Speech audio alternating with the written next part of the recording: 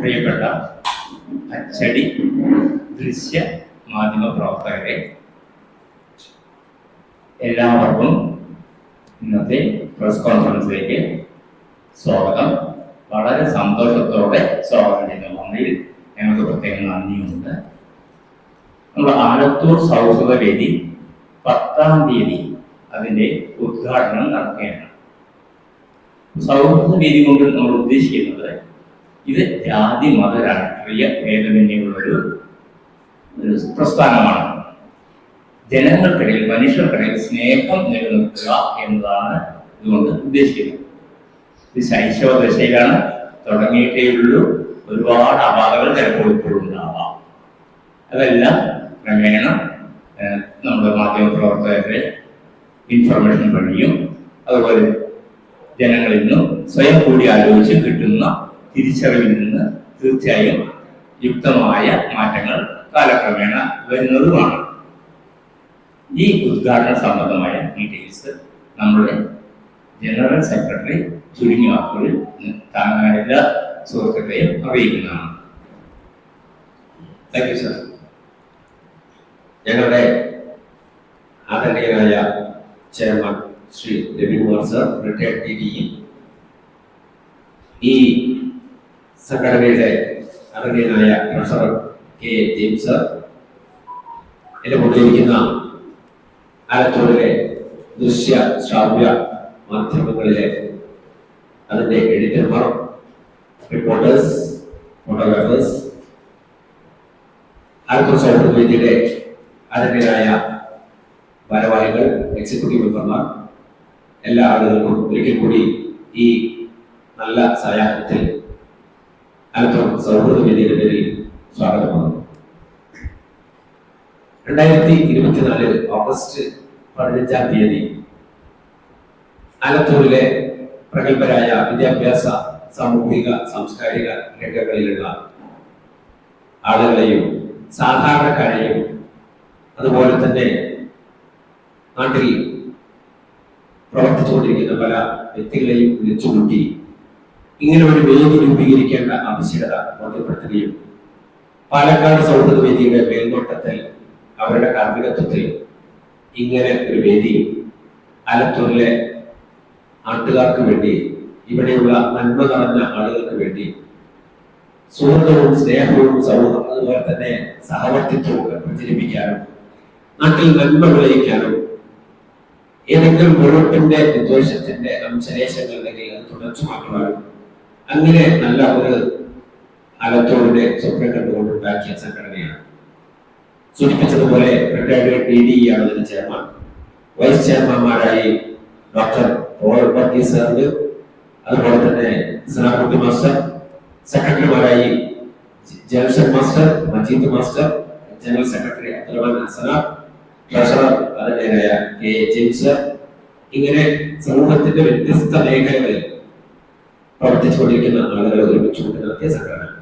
അതിന്റെ ലോഞ്ചിങ് ആണ് ഡിസംബർ 10-ാം തീയതി ഈ വരുന്ന ചൊവ്വാഴ്ച വൈകുന്നേരം അലിയ മഹലിൽ കേരളത്തിലെ അറിയപ്പെട്ട മത മേലധ്യക്ഷന്മാരെ വിളിച്ചു കൂട്ടി മതസൗഹാർദ്ദ സമ്മേളനം എന്ന പേരിട്ടുകൊണ്ട് നടത്താൻ ഉദ്ദേശിക്കുന്നത്. ഈ പരിപാടി കേരളത്തിലെ അറിയപ്പെട്ട പ്രഗത്ഭരായ ഒന്ന് സ്വാമി ആത്മദാസ് യമി ധർമ്മപക്ഷ സമന്വയഗിരിയുടെ ഡയറക്ടറാണ് അദ്ദേഹം. പാണം പാതിരി എന്നറിയപ്പെടുന്ന ഫാദർ പോൾ പുറത്തിങ്കൽ ഡോക്ടറാണ് അദ്ദേഹം. അതുപോലെ തന്നെ അലിയ ഖാസിമി, കേരള ജമിയത്തുൽ ഉലമ ജനറൽ സെക്രട്ടറി.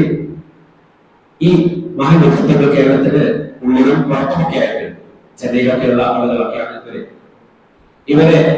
ഇവരുടെ മുഖ്യ കാർമ്മികത്വത്തിൽ അല്ലെങ്കിൽ മുഖ്യ അതിഥികളായി പങ്കെടുപ്പിച്ച് ആലത്തൂർ DYSP ശ്രീ മുരളീധരൻ സാറിന്റെ ഉദ്ഘാടന കർമ്മത്തിനോടുകൂടി Alathur CI inspector of police Unnikrishnan സാറിന്റെ സാന്നിധ്യത്തിൽ പാലക്കാട് സൗഹൃദ വേദിയിലെ അതിന്റെ ചെയർമാനും രക്ഷാധികാരികളുമായ ഡോക്ടർ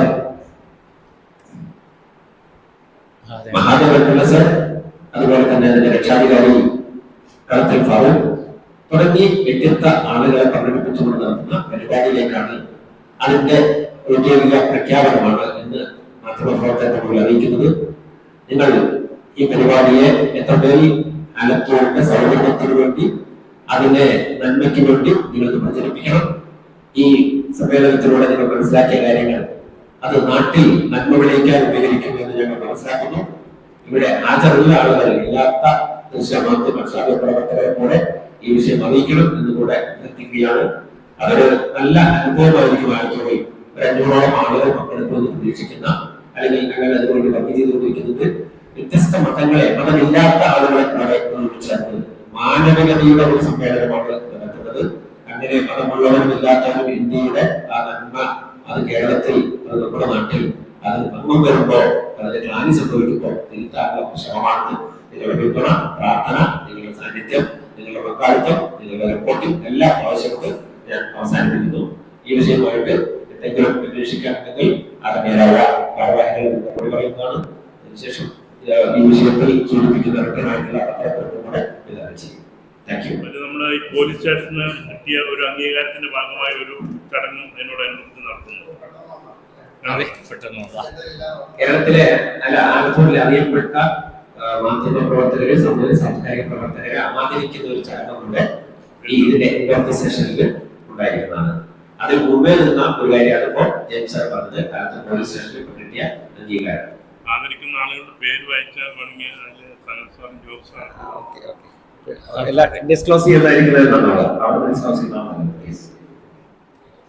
വളരെ സന്തോഷകരമായ ഒരു കാര്യം ഈ വിഷയമായിട്ട് നാട്ടിലിറങ്ങിയപ്പോ ഇന്നലെ ഒരു പരിപാടി നടത്തണമെന്ന് ആളുകളോട് പറഞ്ഞപ്പോ സാക്ഷ്യം സ്വാഗതം ചെയ്യുക മാത്രമല്ല അവരുടെ വ്യത്യസ്ത മേഖലകളിലെ ആളുകൾ പൂർണ്ണ പിന്തുണ തന്നു എന്ന് വളരെ സന്ദേഹമാണ്. എന്ന് പറഞ്ഞാല് ഞങ്ങൾ ഇതിന്റെ ഹാളിന് വേണ്ടിയിട്ട് ഭാരവാഹികള് ഹാള് ആളുകൾക്ക് പോയി പറഞ്ഞു, ഇതൊരു സാമൂഹിക സോഷ്യൽ കോസ്റ്റിന് വേണ്ടിയുള്ളതാണ്, നിങ്ങൾ അത് ഡൊണേറ്റ് ചെയ്യണം, ഇത് ഫ്രീ ഓഫ് കോസ്റ്റിൽ തരണം എന്ന് പറഞ്ഞാൽ വളരെ സന്തോഷം. ഒരു എതിർപ്പും പറയാതെ തന്നു. ലൈറ്റ് ആൻഡ് സൗണ്ട് ഞങ്ങൾ ഇതേപോലെ തന്നെ പറഞ്ഞു. കാരണം ഇതൊക്കെ പബ്ലിക് ഇൻട്രസ്റ്റിന് വേണ്ടി ചെയ്യുന്നതാണ്. അത് വേണമെന്ന് പറഞ്ഞ സന്തോഷത്തോടെ തന്നു. അതുപോലെ തന്നെ റിഫ്രഷ്മെന്റ് ആവട്ടെ, ഇതിന്റെ നോട്ടീസ് അടിക്കുന്നതാവട്ടെ, എല്ലാം ഞങ്ങള് വളരെ സന്തോഷകരമാണ്. 1 ലക്ഷത്തോളം രൂപ ചെലവ് വരുന്നത് വളരെ കുറഞ്ഞിട്ടാണ് ഞങ്ങൾക്ക് ചെലവ് കിട്ടിയത്. അത് ഭാരവാഹികളായ ആളുകൾ പോക്കറ്റിൽ നിന്നെടുത്ത്, പബ്ലിക്കിന്റെ പേരിൽ നടത്തിയിട്ടില്ല, പോക്കറ്റിൽ നിന്നെടുത്ത് ഒരു പബ്ലിക് ഇൻട്രസ്റ്റിന് വേണ്ടി നമ്മൾ ചെയ്യുന്ന ഒരു കാര്യമാണ്. ഞങ്ങൾ വളരെ സന്തോഷപൂർവ്വം ഈ അർത്ഥത്തിൽ സ്വാഗതം ചെയ്യുന്നു. ഇനി ഞങ്ങൾ വരവിൽ കൂടെ അത് പ്രതീക്ഷിക്കുന്നു.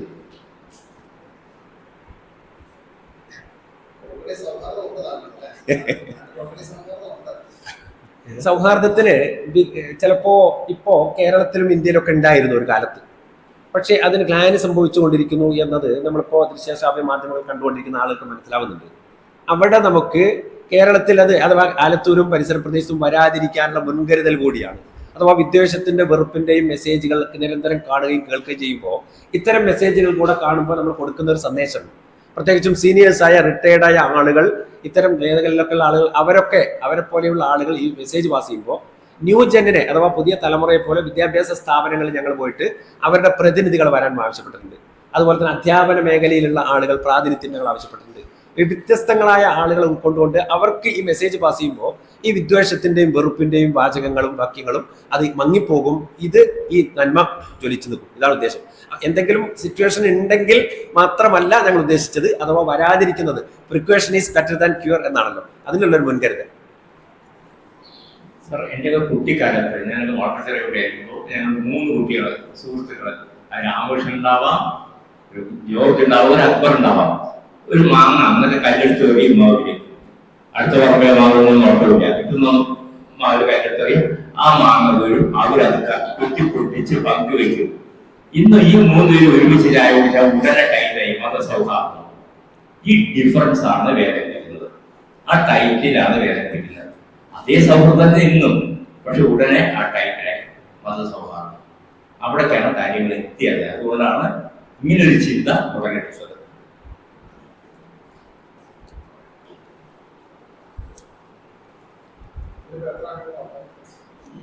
76 മെമ്പർമാരാണ് ഇതിലുള്ളത്, ജനറൽ ബോഡി മെമ്പർമാര്. 27 എക്സിക്യൂട്ടീവ് മെമ്പേഴ്സാണ് നിലവിലുള്ളത്. അതിൽ 7 ഭാരവാഹികൾ ഉൾപ്പെടെ 27 ആളുകൾ.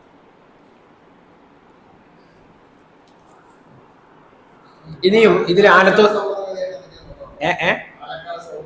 അവരാണ് ഞങ്ങളുടെ ഒരു ഇതിന് മാതൃക. പാലക്കാട് 24 വർഷമായിട്ട് പ്രവർത്തിച്ചു കൊണ്ടിരിക്കുന്ന ഒരു സംവിധാനമാണ് പാലക്കാട് സൗഹൃദ വേദി. അതിന്റെ ലീഡർഷിപ്പിലുള്ളവർ മഹാദേവപിള്ള, അവരൊക്കെ ആദരിക്കുക എന്ന ഉദ്ദേശം കൂടെ ഇതിലുണ്ട്. അപ്പോൾ അവരുടെയൊക്കെ മേൽനോട്ടവും അല്ലെങ്കിൽ അവരുടെ ഗൈഡൻസ് ഈ സംഘടന, ഇത് സ്വതന്ത്രമായൊരു വേദിയാണ്, ബോഡിയും കൂടിയാണ്. പക്ഷെ അവരുടെ മേൽനോട്ടമോ അല്ലെങ്കിൽ ഗൈഡൻസോ എന്ന് നമുക്കിതിലുണ്ട്.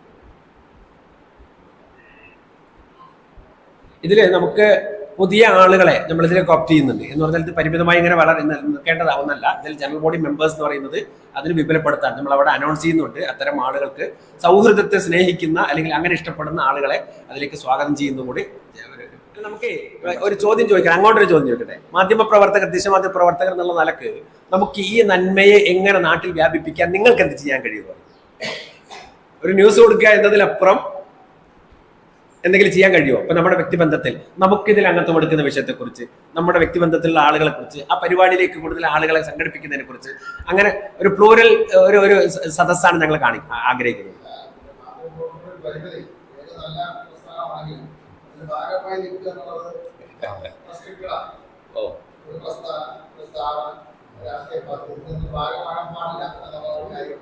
ഇമ്പാർഷ്യൽ എന്നുള്ള ഇമേജ് കളയാൻ പറ്റില്ല സാർ. അങ്ങനെ തന്നെയാണ് നിലവിൽ എല്ലാവർക്കും ഇല്ല രാഷ്ട്രീയം സാർ.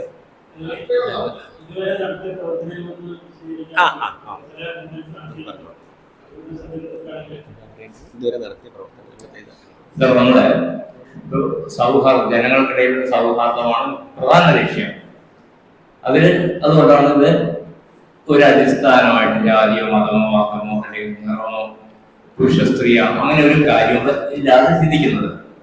ഒപ്പം സ്വല്പം സാമൂഹിക പ്രവർത്തനങ്ങൾ കൂടെ ഉദ്ദേശിക്കുന്നുണ്ട്.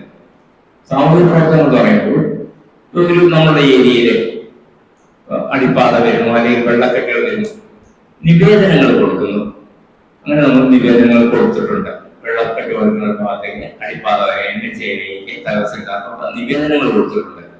അത് ഏതുവരെ നമ്മളെന്ന് ചോദിച്ചാൽ ഓരോ മേഖലയ്ക്കും അതിൻ്റെതായ സാധ്യതകളും പരിമിതികളും ഉണ്ട്. പൊളിറ്റീഷ്യൻസിന്റെ സാധ്യതയും പരിമിതിയും പോലെയല്ല നമ്മുടേത്. ആ ഡിഫറൻസ് നമ്മൾ തിരിച്ചറിയുന്നുണ്ട്. ഇപ്പൊ ജനകീയ പ്രക്ഷോഭം സംഘടിപ്പിക്കുക, ഇതൊക്കെ പൊളിറ്റിക്കൽ മേഖലകളിൽ അവർ ചെയ്യുന്ന കാര്യങ്ങളാണ്. ഏത് പാർട്ടി ആയിക്കോട്ടെ, അത് അവരുടെ ലെവലാണ്. നമ്മുടെ നിവേദനങ്ങൾ കൊടുക്കുക, അതിന്റെ ആശയപ്രചരണം നടത്തുക, അതുപോലെ നിയമപരമായിട്ട് എന്തെങ്കിലും ചെയ്തു കൊടുക്കാൻ പറ്റുമോ ചെയ്യുക. ഈ ലെവലിലേക്കായിരിക്കും നമ്മൾ പോകുന്നത്. അല്ലാതെ ഒരു വലിയ പ്രക്ഷോഭം നടത്തുക എന്നതിലേക്ക് അയക്കില്ല നമ്മൾ പോകുന്ന. മേഖലകള് പരസ്പരം അതിർവരമ്പുകൾ അറിഞ്ഞുകൊണ്ടായിരിക്കും നമ്മൾ നീങ്ങുന്നത്. അല്ലെങ്കിൽ ജോബ് സാർ പറഞ്ഞ പോലെ ഒരു മാധ്യമ പ്രവർത്തകൻ ഏതെങ്കിലും പാർട്ടിയിലോ അല്ലെങ്കിൽ ഒരു സാമുദായിക സംഘടനയിലോ അംഗത്വം എടുത്താൽ അത് സാധ്യമല്ല. അതുപോലെ തന്നെ നമ്മുടെ ഈ സൗഹൃദ വേദിക്കും അതിൻ്റെതായിട്ട് ചില ചെറിയ പരിമിതികൾ തീർച്ചയായിട്ടും ഉണ്ടാവും. വേറൊരു മേഖലയിൽ കയറാതെ തന്നെ നമ്മൾക്ക് ഈ പറഞ്ഞ പോലെ നിവേദനങ്ങൾ കൊടുത്തിട്ടുണ്ട്, അതിന്റെ സ്കെച്ചുകൾ കൊടുത്തിട്ടുണ്ട്, സാധ്യതാ പഠനങ്ങൾ കൊടുത്തിട്ടുണ്ട്. അങ്ങനെ ഒരു പ്രേരിപ്പിക്കാൻ ഒരു ശ്രമങ്ങൾ നടത്തുന്നുണ്ട്. ഇതാണ് സാമൂഹ്യ പ്രവർത്തനത്തിന്റെ ഭാഗമായി ചെയ്തു വന്നിട്ടുള്ള കാര്യങ്ങൾ. അത്തരം രീതികൾ തുടരാനാണ് പ്ലാൻ ചെയ്തിരിക്കുന്നത്.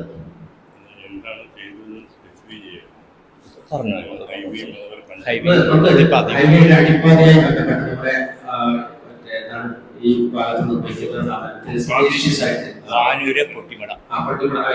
നമ്മള് സ്വാതി ജംഗ്ഷനിലുള്ള അടിപ്പാതയിൽ അവരെ കണ്ടിരിക്കുന്നത് 12 മീറ്റർ നീളം മാത്രമുള്ള ഒരു ചതുരത്തിലുള്ള ഒരു ബോക്സ് ആണ്.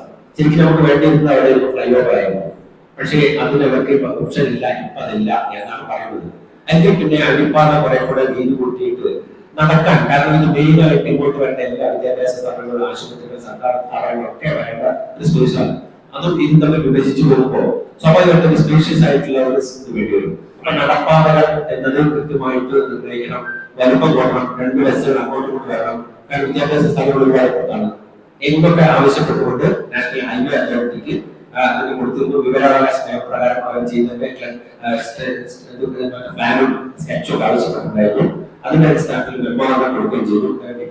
ഇത് ഫ്ലൈ ഓവറാണ് വരേണ്ടത് എന്നുള്ളത് നടക്കുകയില്ലെന്നുള്ള അറിയില്ല. പക്ഷെ ഞങ്ങൾ അതിൽ ഒരു കൂട്ടാഴ്ച നടത്തിയിട്ട് ചോദിക്കാറ്. രണ്ടാമത്തേത്, ഇവിടെ ഹൈവേയിൽ അപ്പുറത്ത് ബാംഗ്ലൂരിന്റെ ഭാഗത്ത് വരുന്ന വെള്ളപ്പൊക്ക സമയത്ത് അല്ലെങ്കിൽ മഴക്കാലത്ത് വെള്ളം കെട്ടി അവിടെ പ്രയാസമുണ്ടാക്കുന്ന വീടുകളിൽ കൃഷിയോ നാശമുണ്ടാക്കുന്നതിന് ആ വിഷയത്തിൽ തഹസീൽദാർക്ക് ദുരന്ത നിവാരണ അതോറിറ്റിക്ക് മെമ്മോറാണ്ടം കൊടുക്കുകയും മറുപടി കാര്യം ബോധ്യപ്പെടുത്തുകയും ചെയ്തു. അതേപോലെ പറഞ്ഞു ഞങ്ങൾ കളക്ടറിലേക്ക് കൊടുക്കാം, ഇത് അവരാണ് ഡിസിഷൻ എടുക്കേണ്ടത്. അവിടെയും ഒരു അടിപ്പാതയിലൂടെ വെള്ളം പോകുന്ന സംവിധാനത്തെ കുറിച്ച് ആലോചിക്കാനുള്ള നിർദ്ദേശം ക്രിയേറ്റീവ് നിർദ്ദേശങ്ങൾ ഉൾപ്പെടെയാണ് കൊടുത്തിരിക്കുന്നത്. പിന്നെ നമ്മൾ ഗ്രാമപഞ്ചായത്തിൽ പോയിട്ട് ജനകർമ്മസേനയുടെ ഒരു ഫീസ് കൂട്ടുന്നതിനെ കുറിച്ചോ അല്ലെങ്കിൽ അങ്ങനെ ഒന്ന് കേൾക്കുമ്പോൾ അത് കുറയ്ക്കണം അല്ലെങ്കിൽ അത് ഒഴിവാക്കണം. പല പഞ്ചായത്തുകൾക്കും സ്വതന്ത്രമായിട്ട് തീരുമാനമെടുക്കാൻ പറ്റുന്ന പല പഞ്ചായത്തുകളും നടപ്പിലാക്കിയിട്ടുണ്ട്. ഇത് ജനസേവനമാണ് എന്ന രൂപത്തിൽ ആവശ്യപ്പെട്ടിട്ടുണ്ട്. അപ്പോൾ അതൊക്കെ അവര് ഒരു പ്രൊസീജിയറിനായിട്ട് വാങ്ങിവെച്ചു, അത് സ്വീകരിച്ചിട്ടുണ്ട്, കൈക്കൊള്ളുമെന്ന് പറഞ്ഞിട്ടുണ്ട്. എത്രത്തോളം പ്രാക്ടിക്കൽ ആണ് അല്ലെങ്കിൽ അവരെ ഉൾക്കൊള്ളുമെന്ന് ഞങ്ങൾക്കറിയില്ല. പക്ഷെ ആളുകൾ ആലത്തൂരിലെ പരിസരത്ത് പ്രദേശത്തുള്ള ആളുകളുടെ ആവശ്യങ്ങൾ ഈ അർത്ഥത്തിൽ ഈ 3 മാസത്തിനിടയിൽ ചെറിയ ചില ശ്രമങ്ങൾ നടത്തിയതാണ്. ശ്മശാനം, അതെ, ശ്മശാനം ഇപ്പോ ഹൈന്ദവ ശ്മശാനം കാലങ്ങളായിട്ട് കിടക്കുകയാണ്. ആ പ്രവർത്തനം മന്ദീകരിച്ചപ്പോൾ പ്രത്യേകിച്ചും അണികൾ സുഹൃത്തുക്കൾ അങ്ങനെ ഒരു ആവശ്യം അവരുടെ വളരെ അത്യാവശ്യമാണ്. ഇപ്പൊ തിരുവിതാമലോ അവരൊക്കെയാണ് പോയത്. അപ്പൊ ഇതൊന്ന് സ്പീഡൊക്കെ ചെയ്യണം എന്നതുകൂടെ കൊടുത്ത് പഞ്ചായത്തിൽ കൊടുത്ത് അപേക്ഷ കൊടുത്തിട്ടുണ്ട്. അങ്ങനെ ചെറിയ ചില സാമൂഹിക പ്രവർത്തനങ്ങൾ സാർ സൂചിപ്പിച്ചതുപോലെ രാഷ്ട്രീയ പ്രവർത്തനത്തിന് മൊത്തം ഏറ്റെടുക്കുന്നത് ഒന്നും നമ്മുടെ ഭാവമല്ല, നിങ്ങളുടെ അധികാരത്തിൽ കൈകടത്തിയിട്ടില്ല.